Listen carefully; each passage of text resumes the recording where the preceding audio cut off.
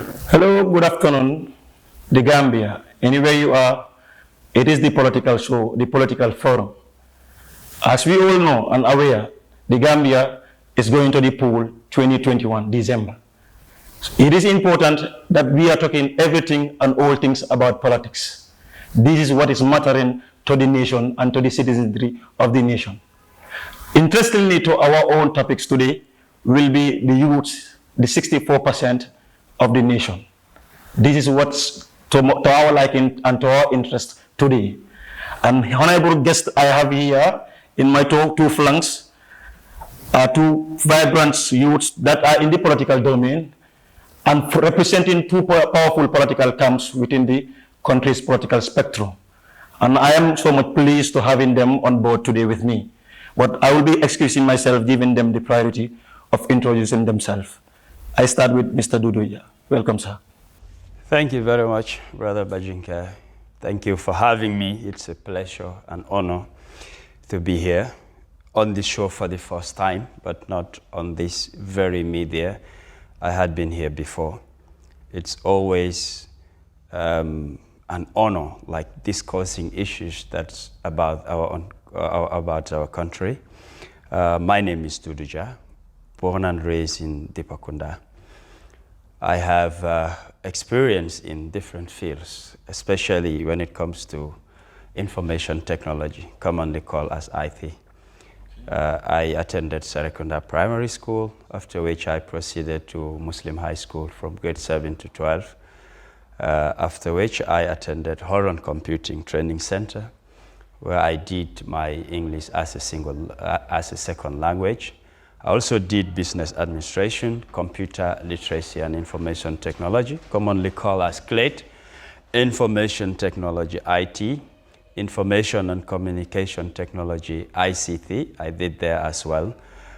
Through the same institution, happened to employ me as the IT training manager, where I taught for 7 good years, that is IT and ICT. And all these courses I did were on the Cambridge International Examinations under the University of Cambridge, after which thoroughly I've worked with Heritage Enterprise as an accountant. I also worked with Sand Beach Hotel as their IT manager for 2 years, currently being the managing director of John Hands Islamic Foundation, and presently as well the deputy spokesperson and director of media of APRC. In summary, that's a short biography of me. Interesting resume. Thank you so much. And now to the Honorable on my left, Mr. Kemoboja. Yes, thank you very much, Bajinka. I am honored to be here today. Like you said, my name is Kemo Bojang. I am a councillor with the Kanifing municipality, a young politician with the United Democratic Party, the National Youth Secretary General, born, bred and raised in Bakau. Did study at the University of the Gambia, where I studied history, did some time at the China Youth University of Political Studies, where I studied international relations with a focus on Africa-China relations. Also studied public management at the University of Davis in California, under the Mandela Washington Fellowship. In summary, I'm a young Gambian who is passionate about his country and sees that politics is the vehicle that can be used to drive national development. I've been active in partisan politics since I was at the age of 14 with my ward in Bakau. From then I rose through the ranks, and until today I am the National Youth Secretary General and a National Executive Member of the United Democratic Party. That being said, I see politics as a vehicle that we can all use in our series of national development. This being the case, I have always been an advocate of young people taking an active part in politics and also taking an active part in community development. In summary, as my brother said, that is also who I am. Really? Thank you very mumuch. Interesting biographies. That is to say, we are expecting an enticing engagement today. But before going to specific questions, I will make a turn, like once this question has to go both ways. That is the inter-party committee. Very much to my interests and the Gambians at large. So far, we know it serves the purpose of a unifying body for every political party within the political context. How far is this thing paying dividend as far as political unification is concerned, Mr. Dudu? Thank you once again, Bajinka. I have been fortunate to represent my party, APRC, at the Inter-Party Committee. And by then, we only had 9 political parties in this country. And today, that number has doubled. We're talking about 18 registered political parties. The idea was conceived way back in 2012. That's when it all started, but it became active in 2016 up to date. The Inter-Party Committee comprises of all political parties that are legally registered in the country. And representation goes as, by then in 2016, it was the coalition versus the opposition. So the coalitions happened to have a co-chair, who is the Right Honorable Halifa Sallah. And by then, the opposition was only APRC and GDC, of which Honorable Sidi Njai was serving as the other co-chair until Sidi left for a different party. Then Honorable Musa Amul Nyasi is now the co-chair with Honorable Halifa Sallah at the inter-party level. And each political party normally have 2 permanent members and 1 alternate. In a sense, it has to be gender balanced, either 2 male, 1 female, or 2 female, 1 male. For the fact that every meeting, event, or gathering we have, at least 2 people would represent their party. And the alternate serves in the absence of either of those 2, the alternate will step in to replace them. And at the inter-party, we said Gambia first. That is, we have country at heart. We all belong to political parties, but when we come to the inter-party committee, you must take off your political hat and wear your national hat, that of the Gambia. Our target is how we will be able to create a peaceful coexistence of all the political parties, whereby a meaningful dialogue will take place in order for us to disseminate messages of peace. Being nationalists, we put our country first. Politics, despite our different aims and objectives, despite our different party affiliation, one thing in common we have, that is the Gambia. And as politicians, as political parties, people look up to us. And we are always in government, or on the other hand, a government in waiting. So it is very important to unify all of us together, have a common objective, how we'll be able to conduct elections in this country peacefully, and the results of elections, after every elections, would have to be accepted genuinely by all other political parties. The inter-party went further to have RSTs, what they call regional reps. That is, in every region, we normally identify 2 people, male and female, whereby whatever comes at the IPC national will be disseminated to these regional reps so that they will be able to further spread this message to the grassroots. But of recent, we have initiated the YOBIC, that is the youth branch of the IPC, which was launched just last month, and the IPC headquarters also inaugurated last month. We now have our headquarters in Bijilo, but before then we were housed by the Independent Electoral Commission, IEC. And in the making is also WOBIC, the women branch of the IPC, which very shortly will also be able to inaugurate. In summary, that's the IPC. Much. That have given us a brief, explanation of about the operational pattern. Huh? Thanks so much. Kemo, coming to you, like the independent committee, do you think of which they have been established, the purpose is still being prioritized by the different political parties involved? I think so. I think it has been a body where all politicians have been able to come together and forge a common consensus. In actuality, I think in as much as we want to say that when we get to the inter-party committee that we have Gambia first, I believe all political parties have Gambia first. And it's just that we believe in the vehicles that we are driving are different. For example, we all want to get to Westfield. I believe that a Mercedes will get me to Westfield. You believe a Peugeot will get you to Westfield. He believes a Toyota. For me, that's my understanding of politics. You really believe that at heart all political parties wants to go to the right direction? Oh yes, because if you ask him, he'll tell you that we have the best plans and policies for this country. But sometimes you have political parties within the Gambian political spectrum without manifestos. Well, but I don't think those parties are serious political parties. When I mean political parties, well, I cannot say because I am not privy to information of other political parties. Okay. I can speak about my political party and the parties that I know of. And I believe that all political parties or all politicians believe that the country's interest needs to be number one. And I believe that the IPC has been set up so that we can come together and forge a common ground as politicians. And I just wanted to dive, because he has said everything that one can say about the IPC. I just wanted to add on the youth part of it. And I'd just like to acknowledge the effort of the UNDP and also the National Youth Council, who have taken active roles in making sure that the Youth IPC is formed. In the beginning, I was one of the people who were spearheading it, because there were a lot of youth activities happening in the country, where, especially on politics, that young politicians were not being invited to. So we as young politicians from different parties, because know it or not, after these events, after the campaign, we do talk, we do communicate, and we said, but we do not understand how come all of these activities are going on and we as young politicians are not being invited. So we reached out to the National Youth Council. They were able to come up with a retreat where young politicians were invited. We had a discussion sponsored by the UNDP. From then on, we had other series of discussions, and we're happy that the Youth Interparty Committee is formed. At the Youth Interparty Committee, I do not sit there for my party, but we have other vibrant young people who represent our party. And the good thing also, I think, is that now the Interparty is more inclusive.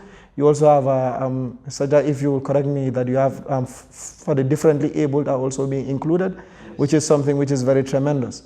That parties are being informed to also include differently able individuals within the Interparty Committee. Because politics has to be inclusive, politics has to be forward-driven and also progressive. And that is what the IPC represents, and this is what political parties also represent. Exactly.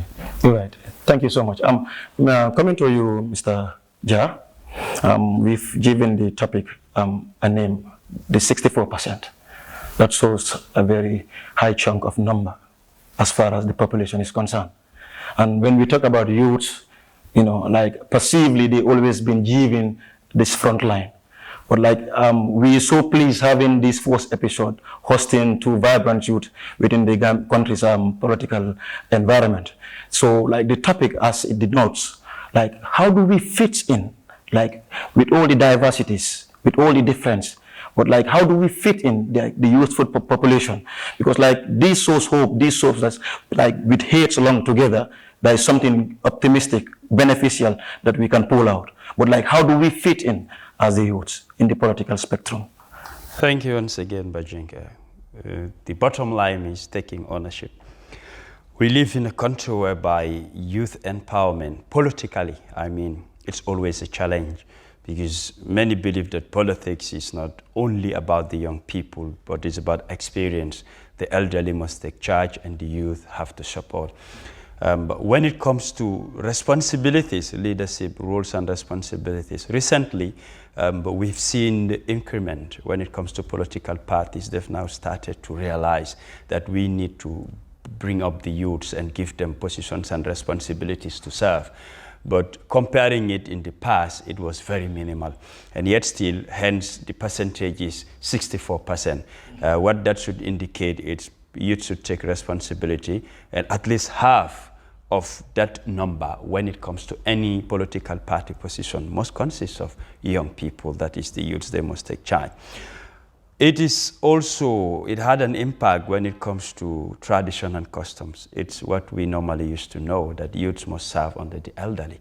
And that has, deprived a lot of youths to put up a challenge, especially when it comes to position. You say, okay, he's my uncle, okay, he's a friend of my father. I wouldn't challenge or to compete when it comes to positions and leadership responsibilities. Yes, like I said. And in order to empower youth, it's not only doing something for them, but creating the platform and giving them opportunities so that they will take charge and see how they can deliver. But doing it for them, it's a means of, this is how it is done, you watch. Not giving them the responsibility, and that's the experience people had in the past. But the main challenge we have with most political parties, if not all, is internal democracy. It's definitely a huge problem. What I mean by that, if you come to leadership, almost all political parties, maybe except the newly registered ones, since these parties were registered, the people who have been leading, still it's the same people or persons who are in charge of those parties. Because we feel we put up political party leaders for them to be president. Unless and until they are president, there's no need, for that change to take place. And that's one of the reasons many people, instead of joining other parties that already exist, they want to form their own parties because they feel they would not have the opportunity to become leaders in such political parties. And I believe that dimension has to change. Of recent, we had a series of workshops with the independent electoral commissions. We're telling them to put in regulations that would at least try to push certain political parties to conceive the idea of practicing internal democracy. Theoretically, we talk about it, but practically, parties are not implementing that. Name any political party since its inception, they will tell you who was the leader. So we definitely need to improve of that. And it will also encourage the youths to know that I have a future in this party and one day, I could take charge or I could take a leadership responsibility. In this talk, you've made mention making a space for the youths to come in. How is this being prioritized by your party? To be quite honest, within our party, we don't have any percentage or quota system for youths and women, unlike other parties who do. But at the APRC, we are yet to have that. What we have is youth. It's not important, no? Of course, it is very important. Like I said earlier, the elderly people doesn't want to step aside and allow the youth to take over. For them, it's a means of wanting to compete. And when it comes to that, I said, our culture, our tradition definitely deprives a lot of youth to say, okay, he is like an uncle-like figure to me or a fatherly-like figure to me. How would I contest or compete them? We having, this norm in most of these youth, especially when the relations are very cordial. You've known them. Even at times when they put up a candidate, you will definitely find it very difficult to put up a challenge. But it is for the elderly to see that the dynamics of politics in this country have changed. Instead of the youths fighting for it, they should create a level playing field or even encourage youths in their large numbers that come and take up responsibilities and we support you.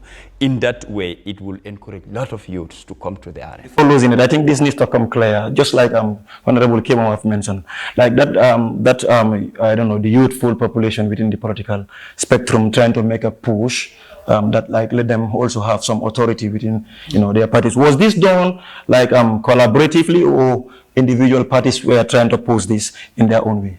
You mean the youth branch of the IPC? Yeah, made mention of this. Yeah. Can I just step in? Yes. So to just to answer the question, this was an initiative that we took privately as young politicians, not under the name of our political parties, but that we felt that we should have been included in most of the activities that were being done by the National Youth Council. So this is how the idea came about, and IEC chanced upon it with the help of the UNDP. This is how we were able to conceive and convince them, and then the idea was conceived, and then it gave birth to the Youth IPC. But notwithstanding, the IPC was also working on having a youth branch, like how they're working on having a women's branch and how they're working on having other branches.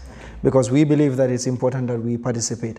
But just to jump on the question, I'm not sure if you are done answering the question. I would have wanted to. I will have to get back to him. Yes. Yeah, just to satisfy this. Okay. Yeah, I think it is satisfactorily so. So Mr. Ja, my next question will be a little bit deeper as far as your party is concerned. Knowing APRC has been that unique party, in the political history for a long time. And to some time, maybe for a long period of time, they've been in power, trying to run the affairs of the country. And this come to a halt, abruptly by general dissatisfaction. Come to think of it, we've seen some vibrant youths within the political camp, of course, but what do you have different for the country? Suppose you should assume the leadership roles once again. Thank you very much. To finish adding this to it, what do you think should convince the populace in voting back the APRC party back to the leadership role of the country? It's a very vital question. What I would want to say on top of that, 2016 elections in this country and APRC losing elections, ushering in a coalition government has definitely enticed a lot of youths within the party to step up and what would I call it, is to have that zeal of wanting to partake in politics. A lot of youths within the party that I met, they told me I came 2016, which means if APRC as a government continued beyond 2016, maybe even most of us would not have been in the political arena today. So we felt there was a need when people were definitely turning away from the party, believing it is now opposition, the party ought to die or the party is on the verge of dying. That's when you'd step up and said, this is our property. We're not going to allow that happen. We're going to take ownership of it and give it all that we have to make sure that APRC will definitely rise up to higher heights. And that indeed the youths have definitely achieved. Coming back to what you have said, I'll just quote from our party leader, the Right Honorable Fabakary Tombong Jatta. It's a statement he always say, and I fall so much in love with this statement. He said, when we were in government, we made mistakes. He said this government, by then he was referring to the coalition government, they should do their utmost not to repeat the same mistakes. He says, then when we were in government likewise, the way the opposition operated, not everything was perfectly done. Today, we are an opposition. We will do all that it takes, that we will also not repeat the same mistakes that the coalition did. Yes, being in That's government, the opposition at the time. yes, the opposition at the time. I will give examples before people will say, what is he talking about? When we were in government, when we even extend invitation to opposition parties to attend events or gatherings organized by the APRC, they will prefer to boycott because some saw it that APRC, their leader, was a dictator, it was a bad government, they gave it all the names that they can. That is their own opinion, the way. Definitely not. Definitely not. But I respect people's opinion. They will also give reasons to wanting to quantify that. What we did, we today were an opposition. We said we're not going to follow the same footsteps. Any invitation, anything offered to us, we're looking at it at a different perspective. We're not going to say, okay, we were in government, we invited, they never came. They're in government, if they invite, we're not going. No, we wanted to have a different perspective. I'm just giving examples so that people understand at which angle that I am trying to make clarity, on these issues. Now, being in government is an experience. There is no perfect government or system in the whole world. People do their utmost, but they will definitely have some shortfalls. What we've learned is a government, a political party, there are differences, and you have three different people who serve, within a country or a government. Some people are in government, they don't belong to your political party. They're Gambians, they're citizens, based on the jobs they will secure and wanting to serve their nation. In certain cases, they will even wear your party color, your t-shirts and the like, but deep down, they are not part of you. You have people who are within the party, they have no access to government, they're not employed by government, and you have other people who neither belong to the party or serving the government. Distinctions have to be made. Like, for instance, people say APRC as a party must apologize to Gambians. I said, what atrocities have the party committed as a political party? And the example I give, I said, today the people running the party, from the Right Honorable Tombong to the last person, I said, make a fact check with them. If anybody has broken any law or committed atrocities, let them face the full force of the law. But you will not find it in our midst today. Those who were there yesterday, whatever crimes been committed, I said, let them face the full force of the law. Nobody is an exception. Go after people. I am Duduja. I belong to APRC. I hold up responsibilities. Since in the past, I am APRC. What crime have I committed? I keep asking people, okay, you belong to APRC. I said, it doesn't mean when somebody commits a crime, I have to pay the price. There is no law on earth that advocates for that. And even within our beliefs, Islamic Kalala says, Wala taziru waziratun wizra ukhra. Nobody commits a crime and another is punished for it. But there are people who believe, as far as the name APRC goes by, there's nothing good that has to come out of it. Whatever, when they were in government, whatever happened, they should be held responsible. I said, I am yet to see a law in this universe that would advocate for that.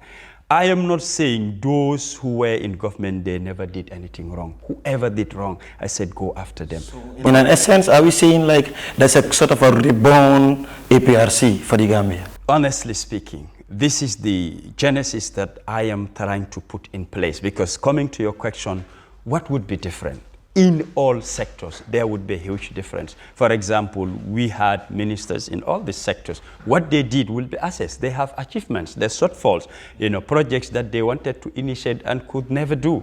And all these action plans, still we have them. Our target is to make better use of what we had previously. You know what you did, you know where your shortfalls. It's all about making more efforts to improve that, in line with recent happenings and standards that are in this world. For example, you could say maybe 10 years ago, what we had when it comes to agriculture would be different from what you can implement today based on technology. You could have a lot of improvement. When it comes to other infrastructures as well, maybe 10, 20 years ago, even if the ideas were there, but technologically we were never advanced as a nation to be able to implement those. And a host of other ideas that we wanted to implement, especially when it comes to the youth folk. There is a lot that can be done with the youths of this country. Interesting. I will have to get back to you. Mr. Boja, yes. Coming to you, like specifically within we the university students, like whenever we talked about politics, like in the Gambia, your name frequently comes out. Like and sometimes we don't really care about the political affiliation of yours, like you, as far as youths, the perceived hope like we have in seeing youths in the political participation within the country. But like talking about your party, the United Democratic Party, like you've been in the fight, you've been in the struggle, you've been in the front line since the last regime. Like, I know with experience, of course, you loaded wagons, but like, what hope do we have? Because like, there is an obviousness that like you are potential, candidates for the State House. Like, what hope do you have?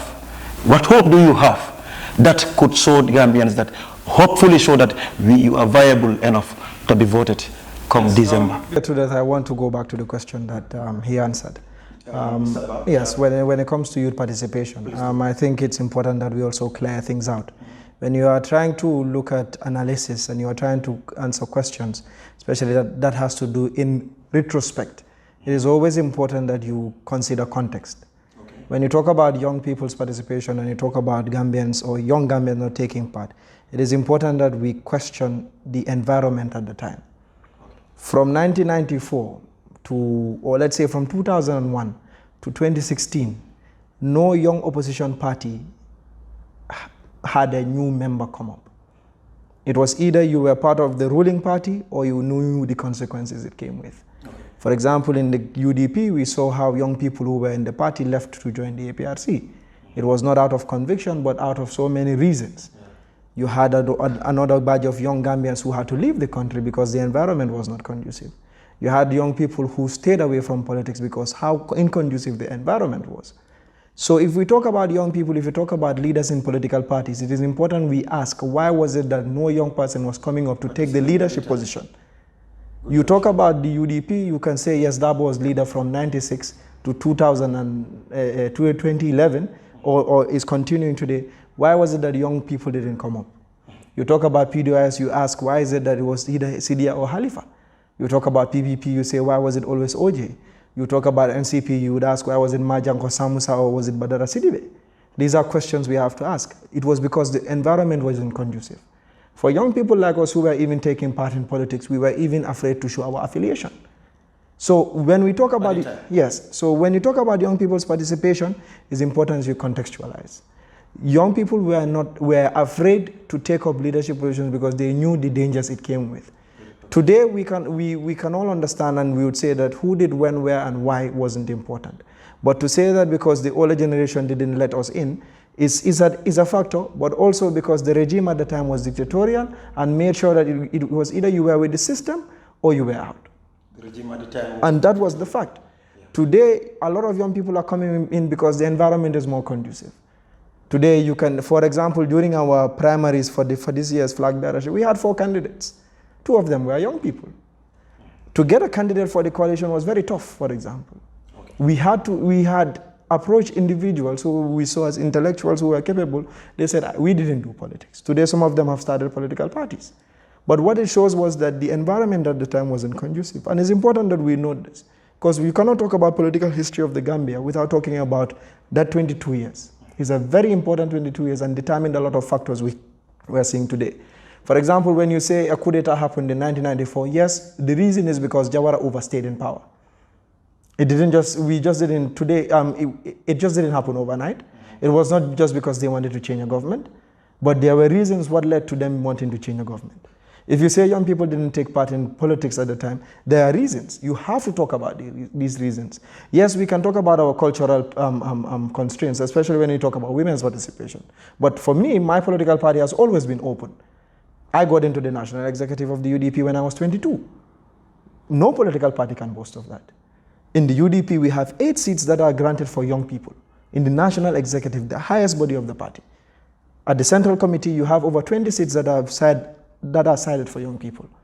We have a 30% quota that says that women and youth need to be in the national executive at least. I'm sorry, but I wouldn't want to lose that. I would like Mr. Jah to confirm this. Some interesting, statements been made here. So, earlier on, you've just denied the, titling your former head as dictatorial, and this just come up. What do you think of this? Because he's saying youth we have been denied neither or confined as a result of the prevailing circumstances at the time. Thank you very much. I never said that youths were denied to partake in politics. I said to take up leadership role. Okay. Okay. He can call it 22 years dictatorship. From 2016 up to date, has that changed? If the conducive was not, if the environment wasn't conducive, from 2016 to date, what's the trend of the environment now? Is it still happening? Maybe we'll need a little bit more time, 22 years. Youths were never restricted to partake in politics. When PPP was in government, you must be 21 years old in order to be able to vote. An APRC government came and reduced it to 18. Is it to empower the youth or to disenfranchise?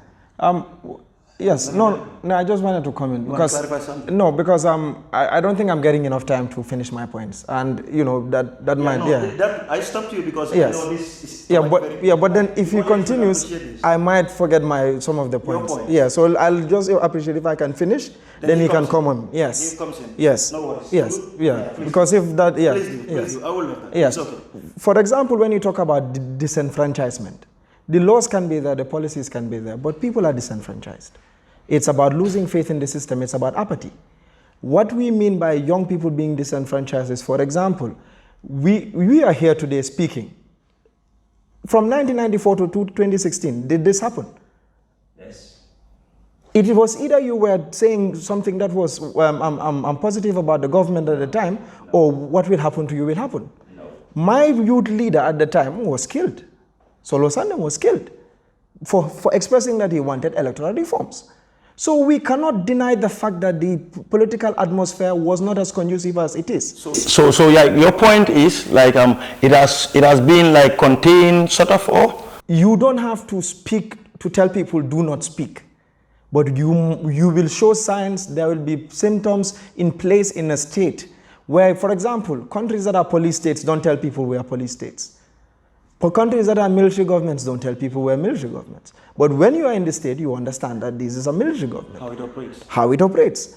Today, you are here. I am not an advocate of this government. You know that. But the fact remains the same. Today, the political environment is more conducive than it used to be. That is a fact. My youth leader at the time in Bakawana Council was detained, was taken to Sarangai, and all things were done to him. When he came back, he had to switch. Today, he's the deputy party leader of the APRC. I'm not saying that people wouldn't say what they wanted to say, but we saw how people like Gumbo Ture and the rest were tried for false information charges just because they didn't agree with the state at the time. There are so many, the TRRC is a clear manifestation and example. But I'm trying to recall, Mr. Honorable Kemo, so many perceived claims the Honorable the former President prioritizing youths and women. So are you saying all these are scapegoats? It's one thing to empower the general populace. It is another thing to empower the people within your circle. We cannot deny that you had people in parliament who were young. But were these people elected by the people, for example, the nominated members of parliament? No, they were not. They were handpicked. You can talk about women empowerment. But were these people from the general populace or were they from the political party that he came from? This is another thing. So we must be able to look at it from a general perspective, and that is where I'm looking at it from.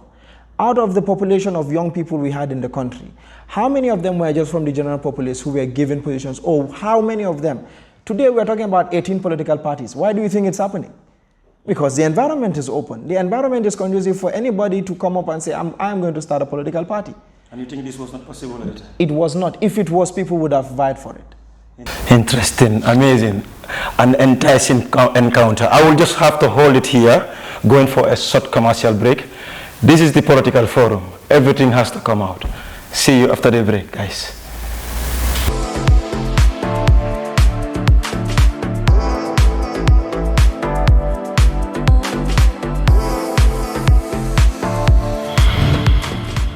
Hello, welcome back to the show. We're picking up right exactly where we stopped. Now, but then the question is going back to Honorable Ja. You just were trying to intervene before suddenly we go to the break. What was it that you're trying to say, please? Thank you very much. He highlighted a lot about the youths or the environment not being conducive for youths to participate in politics at the time. What I was saying is, I never mentioned like the youths were not participating in politics. I was talking about leadership role. And from 2016 up to date, we agree the environment is conducive. And it's still not happening. That's why I am pinning it that the elderly doesn't want to step aside for the youth folk to take charge. And I am putting it in context and based on facts that all these parties, and it did not even start when President Yahya Jammeh came, parties who were there since the days of Jawara. By then there was no APRC. Then you want to tell me also by then the environment was not conducive. Was it more strained after the former president came? What we had, when people talk about dictatorship, it is a system like if I don't like or appreciate, I always go against it. Dudija did something, he was arrested, he was exiled. What did I do? A lot of people were here, never went into exile. They were never arrested. And if you say people were not speaking up, I didn't quite agree to that. I've been in a lot of youth organizations, Bajinka knows me, whereby they invite me in different platforms, and I speak my mind. I was never arrested, and nobody saw me active in politics. I can say it anywhere. And by the time, most of the things I was saying, there are records of it. One thing, I was very responsible in what I say. I don't insult, I don't attack people directly. I talk about facts and things that exist. I don't think anybody would arrest me for that. And by then, I was not promoting or supporting or dancing to the tune of any system. But when it comes to the youths, the way youths of this country were empowered, it has never happened in the First Republic. The APRC government brought in NYSS. We also saw what NYSS did, President Awad scheme, and a lot, you could name it. Now, he talked about Biden in parliament, you don't have a lot of youths. Sorry, Mr. Dudu. I think the Honorable Kemo's point was like, not like, hitting here and there with some development points. We mean like, was it really constrained, like the free flow of the youthful population's participation, like freely? Was this being constrained by the regime? I was coming to that. That's why I said when voting started in the First Republic, it was 21 years. The APRC government brought it to 18 years to encourage and give youths the opportunity to vote. Now, since in the past, most youths were not interested in partaking in politics. This is a known fact. One of the first institutions that started pushing youths into politics was NAFSA. When NAFSA was initiated, that's when a lot of youths in this country started venturing into active politics. People would say it was initiated and supported by the president, yes. And through which whatever benefits came, it was not based on tribe or party. People benefited across the board, not based on the party you are affiliated with. That's why I talked about our culture, our tradition, like challenging the elderly when it comes to political party responsibilities. This has been a challenge and it is still a challenge. Now he talked about... Not necessarily a problem of who is the leader. No. He talked about a quota system, good and beautiful. Their party has that. Now, how about parties who don't have it? You know what a quota system means. It's specifically reserved for those particular age or group, that women and youths, this percentage is for them. What happens when there is no quota system? You must put up that challenge with the elderly. I am telling you, in the Gambia, it is a problem. We don't want to go loggerheads with the elderly. We'd rather fan back and allow them to take up this responsibility. That's why I said it is high time that the elderly will step aside and tell the youths, come and take it. Quota systems, of course, it is very, very good. Now, for instance, if you reserve a certain percentage for a group, competent or not, it is meant for them. It's a quiet fact. Competent or not, it is meant for them and they have to occupy position. But how many parties have quota systems in their constitution? When did the UDP have that? Recently, I would say. So I am not talking based on my party, but generally speaking, as Gambians, is the 64% you are talking about, we should see most of the youths occupy these political leadership roles. But is it happening? It is not happening, including my own party. So I am talking generally across the board. It's not about the environment. Make it as conducive as it is. Youths don't want to step up and challenge the elderly when it comes to that role. That's where I am driving at. Yes. Yes. Mr. Kim, we want to Yes, I think that is also not something I'll agree with. Okay. The First Republic was viably or gradually a very young government, if you ask me. The First Republic? Yes, you had Sadauda Karaba, who was in his late 30s. You had the likes of Ojie Jallow, Bibi Dabo. These were very young people. You had Hassan Musa Kamara. You had the now Justice, Chief Justice Hassan Jallow. These were very young individuals. In their 30s, counting. Yes. Compared to today, people yes. in their 20s and less than 20s. But then we have to consider this, that the point I am trying to put across is that even at that time, you had very young politicians who were very astute in what they did.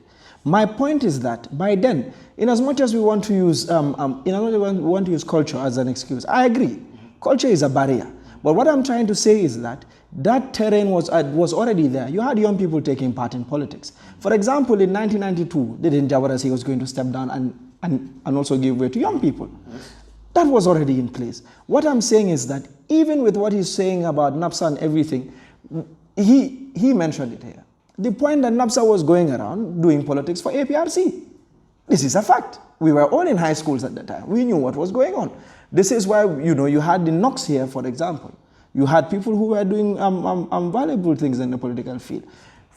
And going back, even the political leaders he's talking about, the Halifas and CDS, they started when they were young. Yes. If you remove the 30 plus years that PDS has today, they were also in their early 30s. At the time. The point I'm trying to put across is that regardless or not, we have to accept that from 1994 up to 2016, for young people to take part in politics, it was either you sided with the government or you were in a hellhole.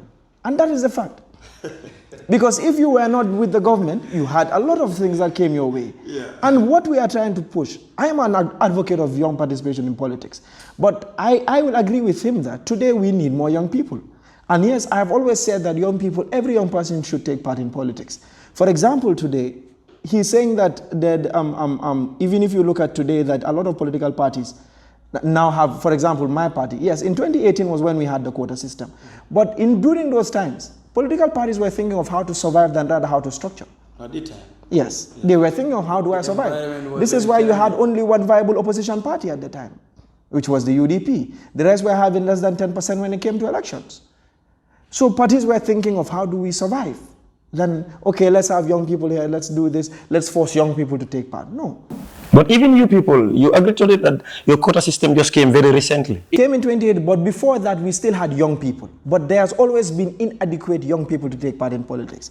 I made mention of Rambo Jatta here, who is their deputy party leader. He was viably very young when he became a councillor for UDP and was a youth leader for the United Democratic Party. And you had the likes of Solo Sandeng, you had the likes of Falan Sonko.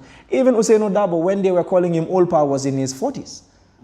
So it's more of an ideology thing. It's more of a political, it's more of trying to push the narrative. The good side of it is like both of you agreed to the need that we actually need the youth's participation. I said I am speaking generally, not based on a political party. And that actually pleases me. And I base it on the 64%. The 64%. Exactly. No, we didn't lose inside of this, but I'm to our comfort. I just mentioned this here at the university, the youth gathering, our views and our environments. We look at up to you people, and we saw glimpse of hope. No doubt, we talked about it, we discussed it. Yeah, it doesn't matter your different political affiliations, but we all believe divergences should be appreciated, and that puts me to my next question before I come back to Mr. Dudu. That is I don't know how do I put this. Still the youths. Honorable Kemo, we've suffered so too long. like everyone would have to agree to this. Like the youth, like when it comes to participation, maybe away from the election period, we've seen like how they've been played around. I would be very realistic in this point. Like, but now I've just asked this question earlier to you.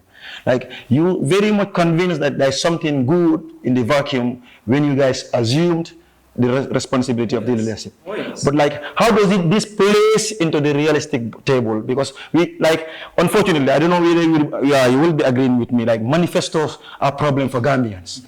And hardly you see like political parties going down to the grassroots, trying to expose the citizenry to their manifestos. I nearly got caught or nearly get beaten myself. Personal experience, maybe a survey we've conducted at Sanyang. So when we were writing the report back, as a coordinator of the team, I shied away, like I didn't bring this out. Like my problem was like maybe the NCCE, the political parties, and those authorities who come to these people to vie or maybe rally for their votes. Like their I don't know, voters' votes, right? So, but like then, whenever they assume the responsibilities, the citizenry is never like fully been given that priority. Yes. And I said this to you, right? How do you translate this into reality? I think for us as a political party, we have been very factual with our position when it comes to youth participation and youth empowerment. We have the youngest councillor in the country, which is myself, when I was getting into office. We have the youngest mayor, which is from the UDP. We have, when you compare age, you have the likes of Honorable Saho, the Yakumba Jaites, you have the Talib Bensoudas, you have many, the Landing Sanes, and many young people who are in positions of leadership. What the UDP believes in is that you cannot empower people without including them into the grand scheme of things. You cannot empower people without giving them plans and policies that will reflect their daily lives. For example, when you go to my uncle in Badibu, for example, he doesn't really care about how much in debt the country is. What he cares about is how do you provide his basic amenities? Satisfying. How do you bring this back down to his level to understand? Like you have said, we understand that to give someone a 60-page book to read, comparing the literacy level of this country will be difficult. What we have done as a political party is after even having our manifesto, we have a 5-point agenda, which is a leaflet, it's 1 page, that has 5 points agenda. That's our 5-point agenda of what we plan to do when we come into office, which is based on education, it's based on youth empowerment, it's based on agriculture, healthcare, security, and and the rest. What this is planning to do is that we want, for example, young people like myself to go and speak to young people. We want the students, our student wing, to go and talk to students. We want our women to talk to the women. It is easier to reflect and it is easier to understand a young person when a young person talks to you than when an older person talks to you. And we are talking about the majority of the country. How do we center young people in the grand scheme of things should be the focus of the country. For a very long time, when it comes to campaign. But in what way do you translate this into realities? Because I've just mentioned this in my question. Yes. Like you find it very difficult when political parties assume offices. Yes. Like, because we know leadership is more of like aspiration that like realities. You come to office with certain given terms. So you run these manifestos against that given time at the office. But like, how realistic? What do you have in place for the people? Yeah, This is why when the UDP was working on its manifesto, we went on from a bottom-top approach, not a top-to-bottom approach. What we did was we went back to the communities and asked our people, what do you want? For example, you go to Kombosa, they tell you that we want our oceans to be protected. We want our environment to be protected. You go to CRR, they tell you that we want our rice fields to come back. You go to Badibu, they tell you that we want agriculture to be boosted. We want health centers, we want these things. Each region their problem. Yes. What we did with that was we came up and built a manifesto. But when it comes to young people too, we want to open up production centers and production hubs in all of the regions, which is one. Two, we believe that the healthcare sector needs to be revamped as a country. What we have also done with that is that we made sure that we spoke to the people. We realized that, for example, women's health is a major concern in this country. What we did was that we made sure that our health agenda was focused on that and quality, instead of just having hospitals all over the place. When you talk about deliverables, you have to make sure that what you have in your manifesto is realistic. And this is what we believe, because In as much as people see politics as something which is dishonest, we believe that politics is a service to the country. It needs to be something that you would give back to the people. It's a social contract you're signing with the general populace. And this social contract needs to be respected and not violated. This is what the UDP believes in. This is why we are a social democratic political party, where we are progressives, but we believe that governance needs to be inclusive. So UDP is a social democratic party in model. Yes. This is why we are associate members of Socialist International, but also we believe that our markets need to be open. But some people accuse you of having some good elements of, capitalism. This is why I said that we believe we are a social democratic party. Our governance system has to be based on welfare. We believe that there needs to be basic welfare that the government has to give, be it sovereign security, be it food security, be it healthcare, be it education, be it housing, and all of these things. Government needs to provide. That's not even a bargain or a negotiation. These are things that people are paying for tax, but we also believe that our markets need to be open. We want the proprietor of Better Future to be able to run his business. We don't want the state to control it. We don't want the state to be putting its arms and also folding its arms into businesses. What we will want the state to be is to become an umpire and make sure that the general populace are not exploited by businessmen.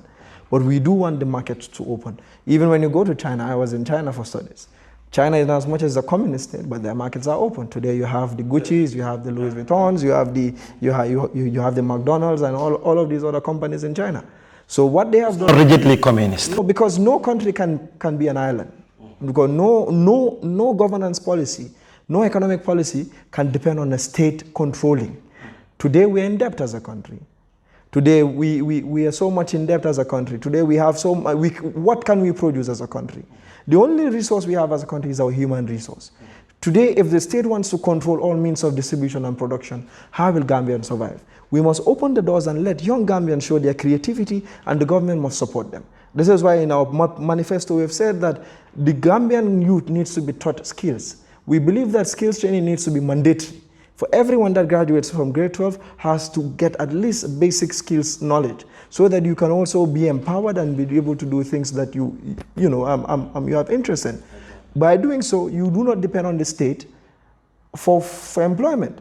Our educational sector is something we also want to look at, because we believe that the educational sector is based on a colonialist economic system, educational sector, where the main employer has to be the state. Where will all of these graduates that the UTG is graduating go? This is a question that we have to answer. Today, a lot of us are graduates. We cannot gain employment because the state has surpassed even its capacity. I would want to interject at this point. Do you have, I'm not sure, your ideology is so much similar to that of Doyce? We are not that of Doyce. We believe that we are social democrats. Similarities, I mean, because like I said, all political parties have good intentions for the country. It goes back to my point. And we at the UDP, we do not slander any political party. Meaning we are not so very different? We are different, but we have similar ideologies probably. Okay. Yes, we are very different when it comes to effort gearing towards the same direction. I mean, when it comes to our economy, we are very different, because we believe that the economy needs to open up. We believe that the Gambian people need to be creative. We believe that the Gambian people need to employ each other. We believe that the Gambian people need to come up with businesses so as to boost the economy. When it comes to welfare, we believe that the state must provide its welfare. That you and I should be able to go to school without any problem. You and I should be able to have university education. Just because I live in Sarasibo doesn't mean that when I have to go to university, I have to come all the way to Combo. Okay, well, how do you reach out to that, average Gambian down in Sarebojo, trying to making him understand how you making me understand, because he or she might not have access to the media right now. How do you talk to him, like convincing of your manifestos? A large chunk of the population don't have access. I think that's cross-border to the party. This is why I said that we need to harness our demographic dividend, which is our human resource. This is why the UDP is the most structured political party. We are not the wealthiest, but we are the most organized, we are the most structured. We have structures everywhere in this country, that we have people that will speak to everyone in this country. We have people that will go to this is why even the university students, we have a student wing that will talk to the college students, talk to the university students, make sure that they understand what the party offers them. This is why you have CAFOs, our AI companies all over the country, speak to their fellow women, make them understand that the United Democratic Party is here to salvage this country from the terrible rule we are in. The United Democratic Party is here to salvage the country. To you, Honorable Ja, maybe we soon wrapping up, but then my question here would be, earlier on he talked about having a belief like in our divergences could pay dividend and it should be appreciated. What's your view on this? That is a must. If we put country first, this country belongs to all of us. And divergent views in any institution, in any country or organization should definitely be welcome. People are entitled to their opinions, their ideas, the way they execute. The thing what matters is what do we give back to communities and to people in general. But you cannot control the mechanisms through which people operate, how they want to do it. But I am a believer in inclusivity. You know, all must be on board, and the way people operate, that should definitely be respected. Really interesting. I am pleased because I just have, as I've mentioned to both of you earlier, like we outside looked up to you people. It doesn't matter Honorable Juduja or Honorable Kemo Bojang. The fact that you are youths, like we feel represented, and like hearing your voices outside the media and everything, we feel very much, you know, optimistic that the future is solely gonna be very much bright for the youths. We are talking about 64% here. So like Mr. Kemo, the final question to you would be the way forward. Like the Gambian, like we've so much open to maybe some serious uncertainties as we approach the December. Like, what do you have for the Gambians? How do we look up to this thing as, like, the difference is not like how we perceively see it.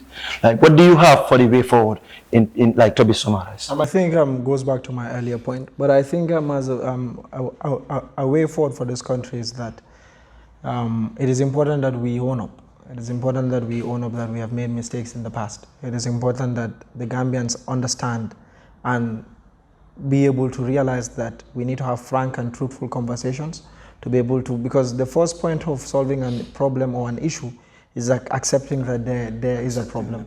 And I'm happy that a lot of Gambians are willing and are ready to admit that we have problems as a country, and that, like you said earlier, today we have seen more young people taking part in politics. It has opened up divergent views, and we believe that our party is a party that can propel this country to the point of actualization that we want to get to. How we do it is by taking everyone along. You look at the United Democratic Party, we as a party have every class of citizen in this party. When you talk about the intellectuals, they're there. You talk about the masses, they're there. You talk about the poor, they're there. You talk about the rich, they're there. And this is what makes us a melting pot. You talk about any ethnic group, we're there. And for me, I believe that as a country, or when you talk about the Project New Gambia, the Project New Gambia has to be a project that takes everyone along. And how do we do that is that we do not see ethnicity, we do not see your social class, we do not see your economic class, but we see each other as one. And we see Gambia as a country that we want to move forward. Like I say, I do not have a problem with any political party, because I believe this Project New Gambia is a very big possibility for the Gambian people. It's viable. It was started in 2016. The whole idea is that first was to get change. Now is how do we build on that change? We have accepted a change. Today, young Gambians are vocal. The Gambians would not accept any less anymore. We have, I think my brother would agree with me, that today, young Gambians are more adamant to make sure that they see a progressive Gambia than anything. Yes. For example, I think that has been one of the blessings of being exposed to the outside world, that we have seen what other countries are doing. Why can't we do it? When we can do it better. When we can do it better. And I think we now understand the concept of governance. We now understand the ideology of servant leadership. Gambians want their leaders to serve them the way it should be. Like I keep on saying, when for example, people tell me that you guys are doing a lot of work at KMC, I tell them, but this is the bare minimum. It's unfortunate that there was no standard, that today when we collect your trash, you think we're doing something. To us, we haven't done anything. Services for you. Yes, we want to make sure that you get what you deserve. And that is what leadership is. And that's an example of what a UDP government will do. That you're seeing what we are doing in Banjul with Rahim Malik Low, you are seeing what we are doing in KMC, in LRR with Landing Sane, in North Bank with Bojang and Fode Danjo and Sane and all of our chairpersons. Thank you so very much. Thank you so much, Honorable. Mr. Ja, your last words, please. The way forward for the nation. The way forward, first and foremost, it has to do with attitudinal change. We are the people, the country belongs to us. Why I'm talking about attitudinal change, it should start within. Now, looking into the civil service and all other sectors, are we taking ownership? Are we being those responsible citizens that we don't need to wait for authority, we have to deliver all the time? When it comes to the youth folk, what type of mentality are we developing? In Gambia, it's a country whereby we're all connected and people always want it served cheap. If you go to other countries, then you will see the difference. That's where I am driving to when I talk about attitudinal change. It is all about also civic education, most extensively reach to all levels. People need to be sensitized, especially today when you talk about democracy. How many people understand the concept of democracy? People will tell you like there is freedom of speech, but freedom of speech comes with responsibility, not to be insulting people, not to create propaganda, not to lay allegations, etc. Now, if you look at the dynamics of our politics today, people base it more on social media. Taking instances about WhatsApp audios, almost on daily basis, I come across stories, they're telling you breaking news, this happened, that, which is all based on lies and fabrications. Where are we heading to? Let's not negate our beliefs, our religion, as far as democracy or whatever system comes in place. You talked about reforms or ethics. What do you think is the solution? Ethics would make reforms to be meaningful. If you make reforms and ethically people are not up to par, then definitely all these reforms, for us to be able to attain it collectively, would be very, very difficult. For instance, get on the social media. What messages are posted all the time, insults, arguments, etc. Is it helping as a nation? Sometimes I ask, why is it that us Gambians, some of us are very aggressive? Even when you want to express your opinion, people are insulting you. They have a right to differ, but why be so abusive when it comes to the social media, especially? Why do I want to create propaganda about Bajinka to bring Bajinka down when I could support, give a helping hand to uplift him? This is the attitudinal change I am talking about. Now, I want to conclude by saying, let's remember we're all Muslims and will be held accountable whatever we do or say in this world and the hereafter. And I want to conclude by the beautiful hadith where the Prophet ﷺ teaches us, Iyakum wal kadhib, beware of lying, be careful of lying. فَإِنَّ الْقَذِبَ يَحْدِي إِلَى الْفُجُورِ.